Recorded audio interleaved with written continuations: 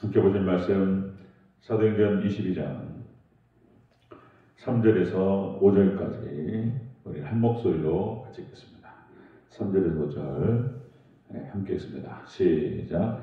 나는 유대인으로 길리기아 다소에서 났고 이 성에서 자라 가말리엘의 문화에서 우리 조상들의 율법의 엄한 교육을 받았고 오늘 너희 모든 사람처럼 하나님께 대하여 열심히 있는 자라.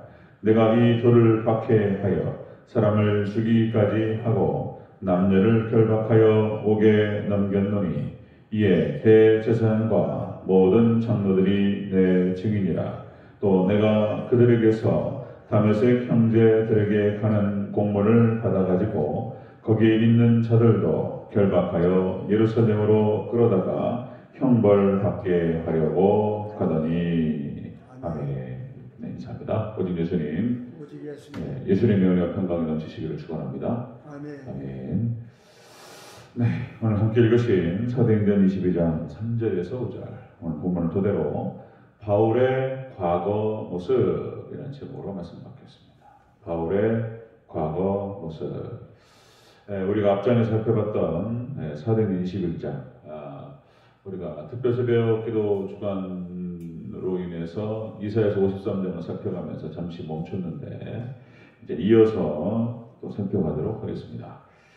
사도행전 21장은 바울이 예루살렘에 입성한 후에 어떠한 고초를 당할 것인지 그렇게 예언되었고 그것이 실현되는 것을 볼 수가 있습니다.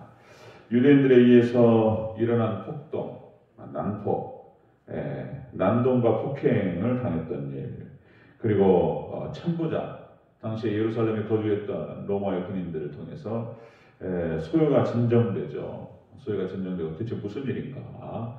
그래서 바울을 체포했던 것이죠.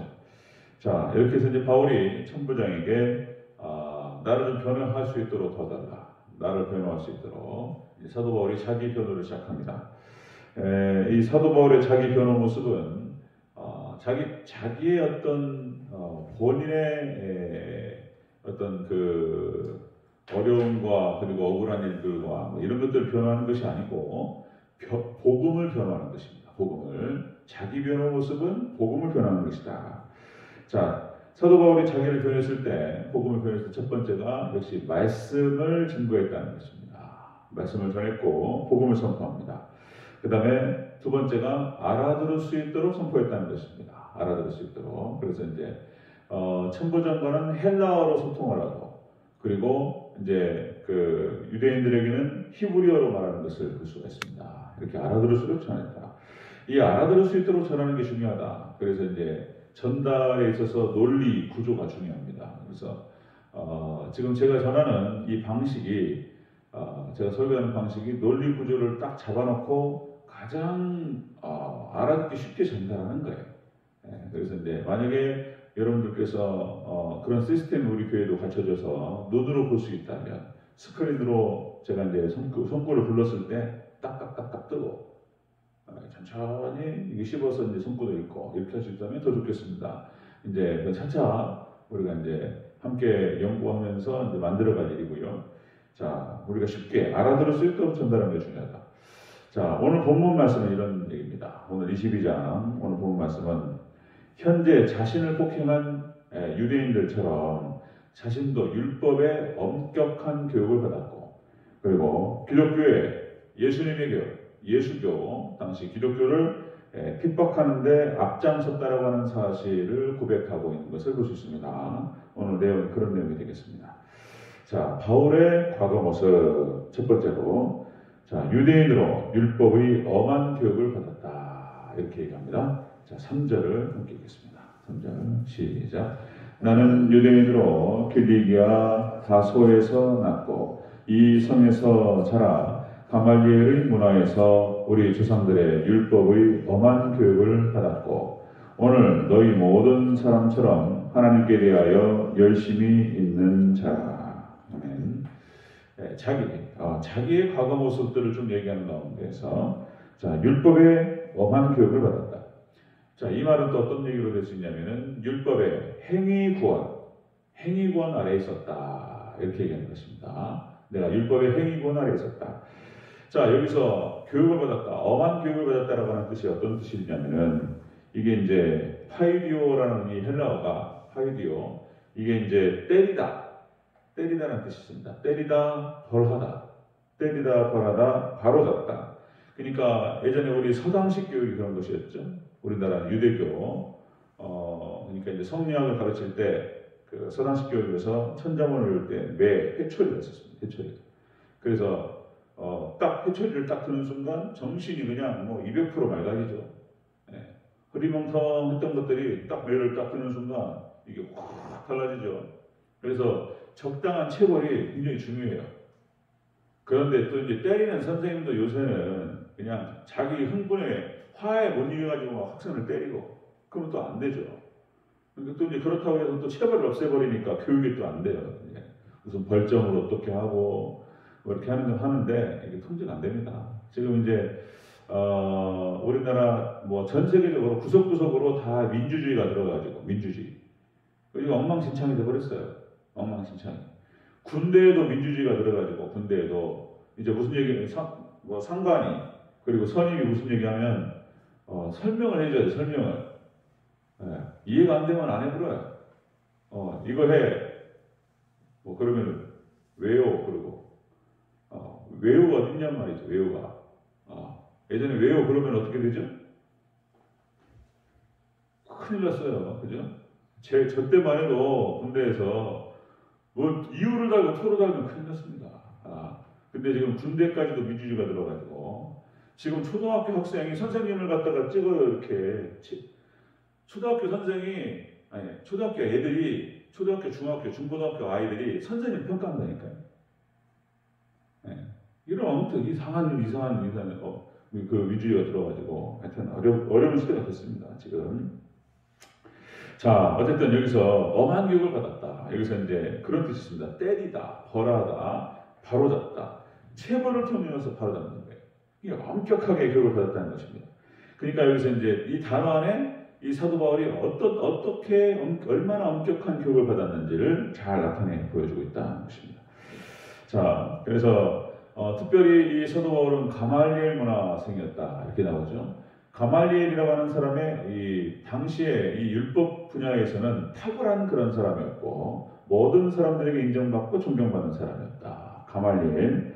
자, 그래서 우리가 어떤 것을 배울 때에 좋은 스승을 만난다는 것이 그렇게 중요한 거예요. 좋은 스승을 만난다는 것이. 그래서 우리가 뭡니까? 어떤 무술을 배우거나 뭐 태권도, 유도, 무슨 뭐 검도, 뭐 수많은 뭐 이렇게 무술들이 있죠. 그런 무술을 배운다든지 아니면 요리 분야에서 무슨 뭐 서양 요리가 됐든 동양 요리가 됐든 뭐 한식이 됐든 요리 분야 아니면 뭐 여러 기타 모든 기술 분야 무슨 뭐 도자기를 굽는다든지 여러 가지 기술 분야 있죠. 뭐 검을 만든다든지 여러 가지 장인들. 그래서 한 분야에서 대가를 만난다거나 장인을 만난다거나 달인을 만난다는 게 중요합니다. 탁월한 스승을 두고 그 사람이 중요한 게 뭐냐면은 디테일을 다 배우는 거예요. 디테일. 왜냐면은 저도 이렇게 해보면은 그 스승이 어떤 달인이 어떤 행동을 하잖아요. 이유가 있어요. 이유가. 물을 따라 마신다거나 뭐 이렇게 해가지고 그 물을 가지고 다니는 이유가 있어요. 그냥이 없는 거예요. 그러면 왜 저런 행동을 할까? 다 이유가 있습니다. 그러면 거기는 아주 심오한 철학이 있어요. 그런 거 하나하나 디테일한 거 다 배우는 거예요. 다 배우는 것입니다. 무술 배우러 가가지고 집안 청소부터 해가지고 쫙 배우잖아요. 체육관 가가지고 다 청소부터 해가지고 그 관장님 하는 거 다 보고 배우는 거예요. 굉장히 중요합니다. 이것이. 이 신학분과도 마찬가지입니다. 신학분과도 어떤 탁월한 한 사람을 딱 선정해가지고 탁월한 사람, 이 사람의 모든 걸 다 배워버려요. 이게 가장 빨라요. 이게. 자, 어쨌든 간에 이 사도 바울은 가말리엘 문화생으로서 아주 훌륭한 그런 교육을 받았던 그런 사람이었다. 자, 그래서 율법 교육을 받은 사람으로서 이 사람은 창세기, 출애굽기, 레위기, 민수기, 신명기, 모세 오경의 전문가 중에서 전문가였습니다. 전문가 중에서 전문가. 아주 열심히 특심이었던 사람이었고 굉장히 열심히 완벽주의적인 사람이에요. 성격도 그러니까 또 탁월한 스승 밑에서 그렇게 완벽하게 열심히 서사를 받았기 때문에 이 사람이 바로 사도 바울이에요. 사도 바울. 이 사람이 이제 율법 전문가 중에 전문가예요. 그래서 이제 나중에는 이 사람이 예수님을 통해서 예수님이라고 하는 예수님 중심으로 성경 전체를 갖다가 뚫어버려요. 모세의 오경을 재해석하는 거예요. 재해석. 구원받는 도리가 무엇인가? 이거를 재해석하고 정리한 것이 로마서가 되고 사도 바울의 서신서가 되겠습니다. 자, 이렇게 사도 바울은 예수님을 만나기 전에 자, 믿음의 도리, 예수 그리스도를 믿는 믿음의 도리를 깨닫기 전에 이렇게 스스로를 연단시켰고, 그리고 자신이 해왔던 율법에 대한 그런 자세를 다른 사람에게도 주입했어요. 다른 사람에도 강요했고 이런 사람이었다라고 고백하고 있습니다. 자, 바울의 과거 모습은 자, 율법의 행위 구원 아래에 있었음을 얘기하고 있습니다. 행위 구원. 자, 두 번째 보겠습니다. 율법의 과거 모습 두 번째로 자, 이 도를 박해했다. 이렇게 기록합니다. 이 도를 박해했다. 기독교를 박해했다. 이렇게 나옵니다. 4절과 5절을 함께 읽습니다. 시작. 내가 이 도를 박해하여 사람을 죽이기까지 하고 남녀를 결박하여 옥에 넘겼노니 이에 대제사장과 모든 장로들이 내 증인이라.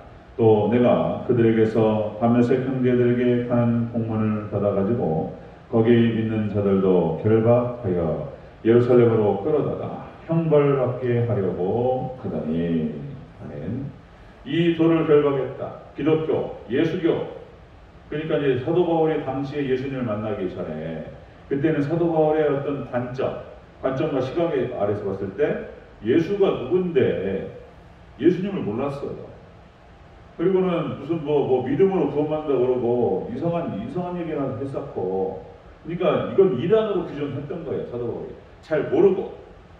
그러니까 이게 잘 모르고 하는 행동이 굉장히 어려운 행동이에요. 이게 위험한 행동입니다. 자, 이게 선무당에 살아남는다고 이게 잘 모르고 그냥 반쪽만 알고 50%만 알고 그냥 막 이게 또 성격도 과격한 데다가 자기 주장이 강하니까 이게 아주 복잡한 사람이 되는 거예요. 사도 바울이 그랬다는 것입니다. 자, 박해했다라고 하는 것이 디오코라고 해서 쫓다, 추격하다, 괴롭게 하다 이런 뜻입니다. 그러니까 그냥 기독교회를 갖다가 예수님 믿는 이 교회를 예수님의 몸된 교회를 박해하는데 특심으로 박해했던 거예요. 예수님 만나기 전에 그냥 집요할 정도로 추적하면서 교회를 갖다가 대적하고 교회를 그렇게 멸하려 했다 이렇게 기록하고 있습니다. 자, 사도행전 9장 1절과 2절에 이런 기록이 있죠. 자, 사울이 주의 제자들에 대하여 여전히 위협과 살기가 등등하여 대제사장에게 가서 다메섹 여러 회당에 가져갈 공문을 성하니 이는 만일 이 도를 따르는 사람을 만나면 남녀를 막론하고 결박하여 예루살렘으로 잡아오려 함이라. 그냥 사도 바울이 그런 사람이었어요. 그러니까 나쁜 사람이었다기보다는 나쁜 사람이었다기보다는 이게 반쪽, 다시 말씀드리면 이제 오해한 사람이었습니다. 교회를 오해했고 믿음의 도리에 대해서 잘 깨닫지 못했던 그런 사람이었다. 자, 살기가 등등하고 집요하게 교회를 핍박했습니다. 그리고 율법 아래 사람들을 가두는 것을 소명으로 알았던 사람입니다. 자, 여러분들 이 율법 아래 가두는 것, 율법 안에 갇히는 것, 이게 필요해요. 우리가 말씀에 갇히는 게 필요해요. 우리가 말씀 안에 갇히고 말씀에 묶여야지 죄로부터 자유롭게 될 줄로 믿습니다. 이게 중요해요. 그런데 복음을 모르고 그렇게 해버리니까 이게 이제 아주 어려운 것이 되어버리는 거예요. 복음을 모르고. 자, 그래서 여러분들 또 이게 반대로 가버리면 율법 폐기론이 되어요. 이게 이제 구원파 이단이 되는 거예요. 아니면 완전히 율법주의자가 돼가지고 또 그냥 복음을 또 모르고. 그래서 복음과 율법과의 관계를 잘 이해하는 게 중요한 거예요. 그래서 사도 바울의 서신서를 보면은 우리가 이해할 수가 있게 되는 것입니다. 자, 복음과 율법과의 관계, 이것을 갖다가 잘 통합하고 균형을 잡는 것이 중요하다. 자, 여러분들 구약성경에 복음이 흐릅니다. 창세기, 출애굽기, 레위기, 민수기, 신명기, 모세, 오경뿐만 아니라 구약성경 전체적으로 시편과 시가서와 역사서와 선지서와 이렇게 여러분들 구약성경 전체적으로 예수님의 복음이 흘러요. 그리고 여러분들 신약성경에는 또 율법이 있어요. 녹아져 있어요. 이거 균형을 잡는 게 중요합니다. 그렇게 해서 복음과 율법의 균형을 잘 잡아야 완전한 예수님 이야기가 나오는 거예요. 네. 이게 이제 시간이 오래 걸리는 거예요. 시간이. 자, 그냥 말씀드렸던 것처럼 여러분들 우리가 하나님 주권이 100% 역사합니다. 거기에는 우리 인간의 책임이 또 100% 우리 인간의 믿음과 순종으로 잘 맞추는 게 중요해요. 100% 최선을 다하는 것. 그래야 온전한 100이 된다. 그렇게 말씀드렸죠. 그래서 100%라서 100은 200이 되는 것이 아니고 완전한 100이 된다. 그러니까 이게 이제 일반 우리 방정식하고는 다른 거예요. 이게 이제 양자역학 이런 표현을 썼던 것입니다. 양자역학. 1 플러스 1은 1이 되고 2가 되는 것이 아니고 1 플러스 1 플러스 1 플러스 1을 3개 더 있는데 3이 되는 것이 아니고 또 하나가 된다. 이게 이제 삼위체계인데 구원론에 있어서 그런 거예요. 100% 하나님의 주권 100%와 그리고 인간의 책임, 온전한 믿음과 순종 100%다. 이 둘을 더했는데 200이 되는 것이 아니라 온전한 100이 된다. 자, 그런 것처럼 율법에 대한 100% 이해와 복음에 대한 100% 이해 그리고 200%를 이해한다. 이것이 아니고 완전한 이해가 되는 거예요. 이 성경 구조가 그렇게 되어 있다는 것입니다. 자, 어거스틴이 그런 말을 해요. 어거스틴이 자, 율법 안에 복음이 있고 율법 안에 복음이 있고 복음 안에 율법이 있다. 이렇게 표현했어요. 그러니까 이제 이 어거스틴이라고 하는 학자가 탁월한 학자잖아요. 네, 하나님께서 기독교 2000년 역사 속에서 아주 딱 하나님께서 사용하셨던 사람. 자, 이렇게 400년 교부 신학을 정리했던 사람이 어거스틴이었어요. 그죠? 하나님께서 세우신 사람인데. 자, 그래서 율법이 쫙 흐르는데 구약의 율법 안에 예수님의 피가 흘러요. 뭐 가죽옷부터 해가지고 무슨 뭐 유월절부터 해가지고 광야 성막의 제사법부터 해가지고 예수님의 피가 쫙 흐릅니다. 그런데 결국에는 자, 여러분들 율법 하나님의 사랑과 이웃 사랑의 정신으로 나뉘어요. 마찬가지로 복음도 마찬가지입니다. 복음이 결국은 예수 그리스도를 믿는 믿음 안에서 우리가 하나님을 더 사랑하게 되고 이웃을 더 사랑하게 될 줄로 믿습니다. 그러니까 이렇게 율법과 복음과의 관계가 중요한 거예요. 근데 사도 바울은 반쪽만 알았다는 거예요. 반쪽만. 그리고는 그냥 그 반쪽을 갖다가 그냥 완전히 이단으로 몰아버렸다는 거예요. 자, 앞으로도 계속 나오겠지만 여러분들 우리가 온전한 예수님에 대한 믿음, 이 믿음을 통해서 율법을 완성하게 되고 성령님의 예수님을 예수를 믿는 믿음 안에서 들어가면 성령께서 함께 하셔요. 그래서 율법의 의를 이룰 수 있게 하나님께 도와주십니다. 율법의 완성을 통해서 우리가 율법의 거룩한 모습, 하나님을 더욱더 사랑하고 이웃을 사랑한다. 그래서 그런 어떤 삶의 형태를 통해서 온전한 믿음으로 들어가는 거예요. 이게 순환적 구조를 가지고 정확하게 이해가 되어 있어요. 구조로. 제가 이 아침에 지금 잠깐 설명하는 이 구조가 굉장히 중요한 거예요. 굉장히 중요하다. 자, 그렇습니다. 자, 바울의 과거 모습은 그러지 못했다는 거예요. 바울의 과거 모습은 자, 행위권 아래에 있었습니다. 자신의 행위를 통해서 구원받을 수 있다 생각했습니다. 잘 몰랐던 거예요. 그리고 두 번째는 예수님의 몸된 교회를 철저하게 박해했던 박해자였다. 이렇게 고백합니다. 그러면서 이제 복음을 선포합니다. 바울이. 자, 내일부터 자세히 살펴볼 텐데요. 여러분들 우리가 복음과 율법과의 관계, 우리가 하나님 말씀을 잘 깨닫는 저와 여러분 되시기를 주 여러분으로 축원합니다. 아멘. 여기서부터 시작되는 거예요. 여기서부터. 그러니까 우리가 바른 삶을 살고 우리가 온전한 구원을 받기 위해서는 말씀을 잘 이해하는 것, 바르게 깨닫는 것에서부터 시작됩니다. 좋은 바른 깨달음이 있으시기를 축원합니다. 아멘. 기도하겠습니다.